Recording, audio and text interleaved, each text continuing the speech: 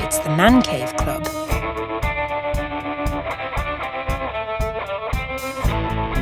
It's brisk, and I'm glad we're talking about these warm jackets we have on today. Yeah, military liner jackets. Liner. Interesting evolution here. Yeah, I just learned that term today, I'll be honest with you. I did not know that coming Really? into this. That's what these were called, yeah. But hey, you learned something. We got to do some more research. I'm here to learn too. That's what you're here for, bro. Okay, all right. Well, I'm here to learn, and yeah. You know, it's I got this jacket because I have like a Carhartt like down style jacket, like a regular collar, like a Patagonia style kind of modern, like tech wear, mountain climber. Yeah, it doesn't have quite as like tight of like little rows as a Patagonia does, or a little thicker. And I love that jacket. It's black, but I've had it for a while. It's a couple rips in it, and it's really comfortable and it's super warm. It's something even on a pretty cold day, I could throw on over a t-shirt and be okay, and not think I can just grab it as I'm like running out of the house because I'm running late, and and I know it's gonna be okay.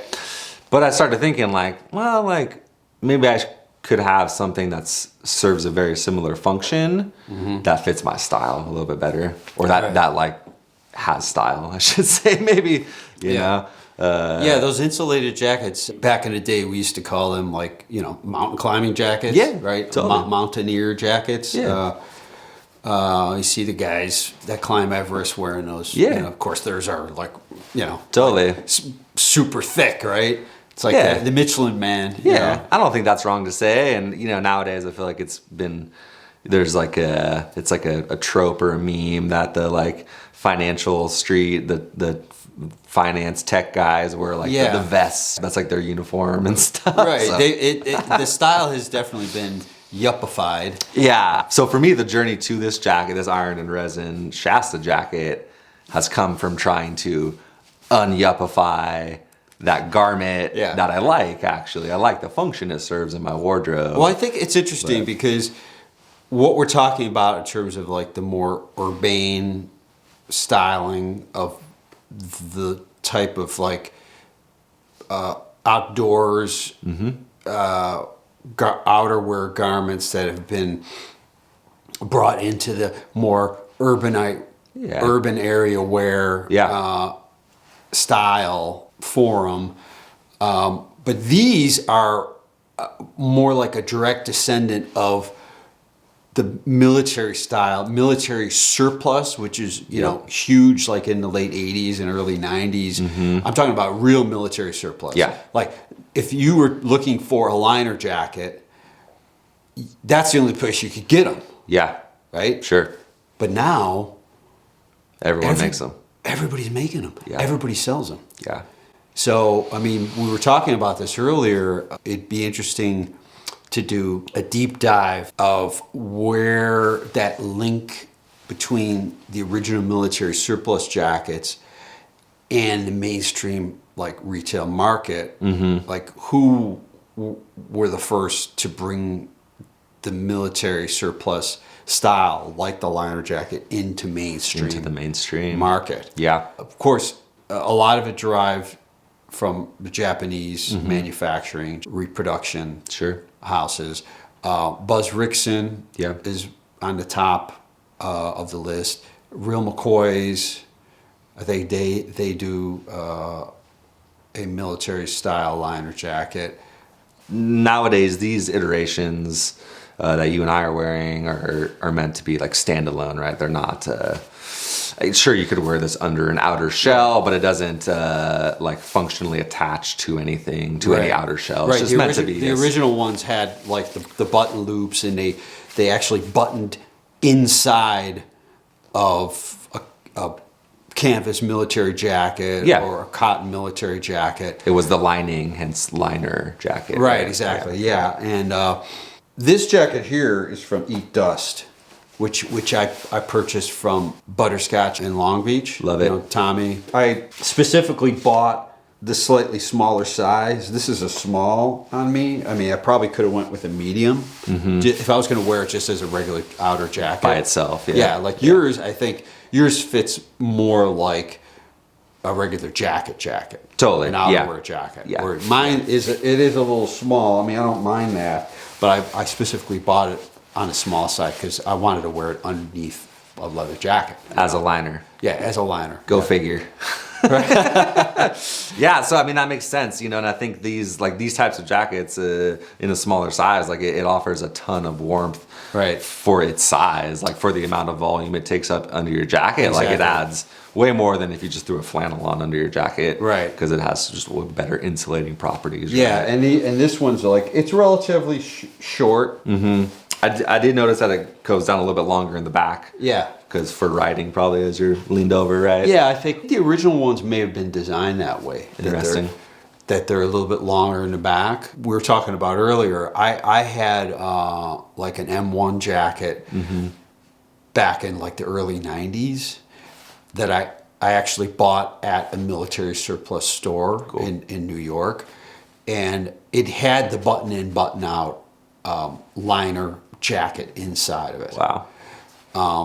And you know, like in the colder months, I would obviously you'd button in the liner, but then like in the spring and fall, you would take that liner out, so you could still wear your cotton duck canvas, whatever the jacket was made out of. It was like a cotton canvas material. You know, somewhere along the way, like in my imagination, I'm cooking up this hypothetical scenario of, you know, instead of someone removing the liner, they removed the outer shell, and they just were wearing the liner around, and someone went, "Hey, that's cool. What kind of jacket is that?" You know? Right. Yeah. And they just had the confidence to pull it off, and then, you know, thus it became a thing where people sought out just the liners to wear, and it became, you know, a certain style in a certain place, and then that just slowly spreads out to now we have companies and like you said, a lot of companies making jackets in this style. Well, it definitely, you know, it hit a certain style mark. Yeah. And I think people responded to it. That just shows how cool I think they are. Yeah, that's what I'm saying. That's, they've to your become point, so ubiquitous now. You do see them yeah, way more than you ever did before. totally. And that to me it's really fascinating. Like what becomes popular, what people respond to in the fashion lexicon. Everyone makes one now. Yeah. Just Google liner jacket, and there's literally A lot of them. hundreds and hundreds of them. Yeah, and a you know pretty big span of price too. Right. From anywhere from $50 for kind of Yeah. a military one, or you can probably still find real surplus ones, I'm sure. Yeah, so let's talk about price. So the iron and resin. It's about 140, like 139. I got this on sale, Iron and Resin. They do sales, and you could also, you know, if it's your first order, you can sign up for a 10%. And I got it pretty close to $100. Right. So you know, it's a poly fill with a nylon water resistant outer, so it's not like goose down. It's not gonna break the bank. It's not as warm as it would be if it. Right. Well, this is, I would say this is like a mid-tier quality. You have some nice details, a nice big hefty zipper. You got Totally. a leather pole on the zipper. Leather pouch. Little detail. Inside's a different color. It's blue. No inside pockets. No inside pockets. It's not reversible, is it? No, it's not. Unfortunately, that would have been perfect because I would love a dark blue too. It would have been. I mean, Ironheart, you know, this past season did some really nice reversible tanker jackets. I remember looking at one. Yeah. I'll put the link cool. down Yeah. in the bottom, Yeah. in case people are interested in that. Yeah. So, but yeah, it's good value, I think, and it's comfy, man. I like It's a the nice design. color too. It has, It's not the traditional military green like this is. It comes in it. You can get it in the green. Yeah, I remember seeing it online but, when you yeah. showed it to me. Yeah, I like the brown. I like the choice. I wear a lot of green pants, so I didn't want to be like Green. just all you know, green man, all the time. So I was like, you know, brown's a good like, and my other one's black, like the Carhartt one I have is black, and I'll still wear that from time to time. But I wanted an earth tony one. You know, it has really nice pockets, like huge, really voluminous hand warmer pockets. Yeah, I can see you have them stretched out. Yeah, they kind of already did that. They kind of already like pouch. So that's kind of I'd say that's It's both a positive and a negative. Is the pockets kind of like out of the box were kind of pouchy like that. Are they? Okay. And so, and I think that's just a little bit of a pattern thing. Like they just kind of naturally want to do that. Yeah, I mean the fabric looks pretty high quality. Yeah. You know, even the knit cuffs and Yeah. collar. Sometimes that's the earmark of whether it's like, you know, a higher quality Yeah. piece. Yeah. And that one looks. It looks Yeah, pretty. I mean, I think they're good enough. You know, it's not crazy, not quite as nice as the ones on yours. I think that's definitely like maybe like the next step up. Yeah. You know, before like something like an Ironheart or something. You know, Right. a brand. You know, even higher up on the tier list. But Yeah.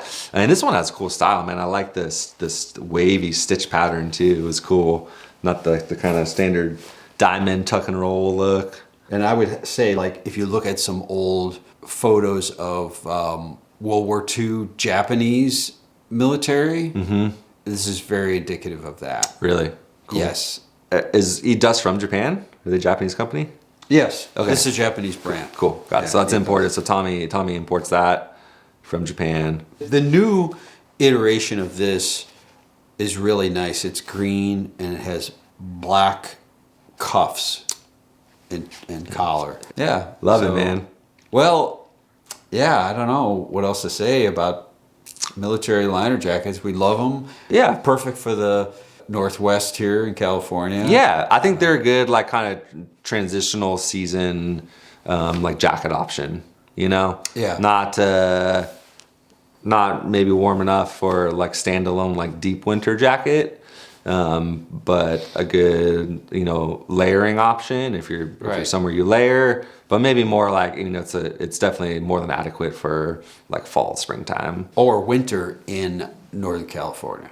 Correct, which is basically spring. It's like a everywhere fall, else. spring everywhere else. Yeah. Because like today, you know, it's probably like, you know, in the 50s today. Yeah. Which is, it's unseasonably cold today. Of course, the sun is out. I'm Yeah. looking out the window here. Yeah. But it's cold for us. Yeah. And this is about like during the day. This is probably about as cold as it usually gets. Absolutely. It doesn't get much colder. You're right. Like for here, like this is more than adequate for kind of our coldest days. Yeah. But I would maybe throw something else on for an evening or Right. an early morning. Yeah, You know. that's why these jackets are great because Yeah. you could, you know, like if you had an over jacket or something, you could definitely just put it on the top of, you know, over the top of that. Totally, like a rough out leather jacket or something. Right.